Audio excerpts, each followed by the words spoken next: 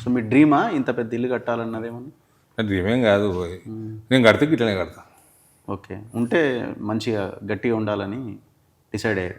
అంటే ఎట్లున్నా మనం స్ట్రాంగ్ ఉండాలి, గట్టిగా ఉండాలి, అంతే కదా? నేను అంటే మాకు this is my life style, this was my life style before also. So 20-25 lakhs ఎట్లా ఎట్లా అయితే అంటే మీ బిజినెస్ నా దగ్గర నా రెంట్లు కోట్లలో వస్తాయి. కోట్లలో వస్తాయి మీకు రెంట్లు?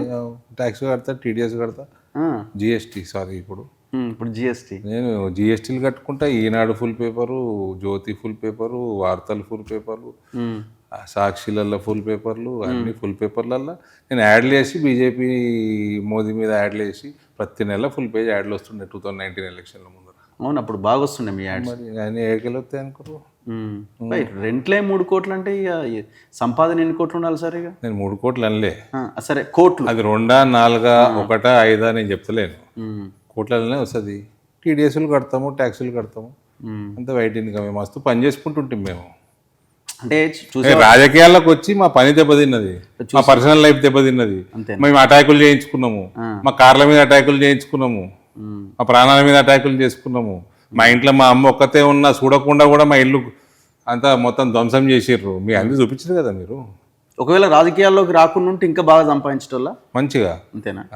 ఇప్పుడు ఇలా పెట్టిన దానికి కొన్ని 100 కోట్లు సంపాదిస్తుంటాయి. ఏముంది దాంట్లో? సో ఇక్కడ మీ నాన్నగారు ఫోటో కనిపిస్తున్నది, నా చీర ఆడుంది, నా వెనకాల నరేంద్ర మోడీ ఉన్నాడు, ముందల నాది మా నాన్నగారు. అది కూడా చూపించు. అక్కడ నరేంద్ర మోదీ గారు, భారతదేశ ప్రధానమంత్రి ఫోటో. కడితే ఇట్లా కట్టాలేమో ఇల్లు. నాకు తెలిసి నేను చాలామంది ఇంటర్వ్యూలు చేసినా కానీ ఫస్ట్ టైం ఇట్లాంటి ఇల్లు చూడడం. Great, thank you. ఇంకా అయిపోలే ఇంటర్వ్యూ.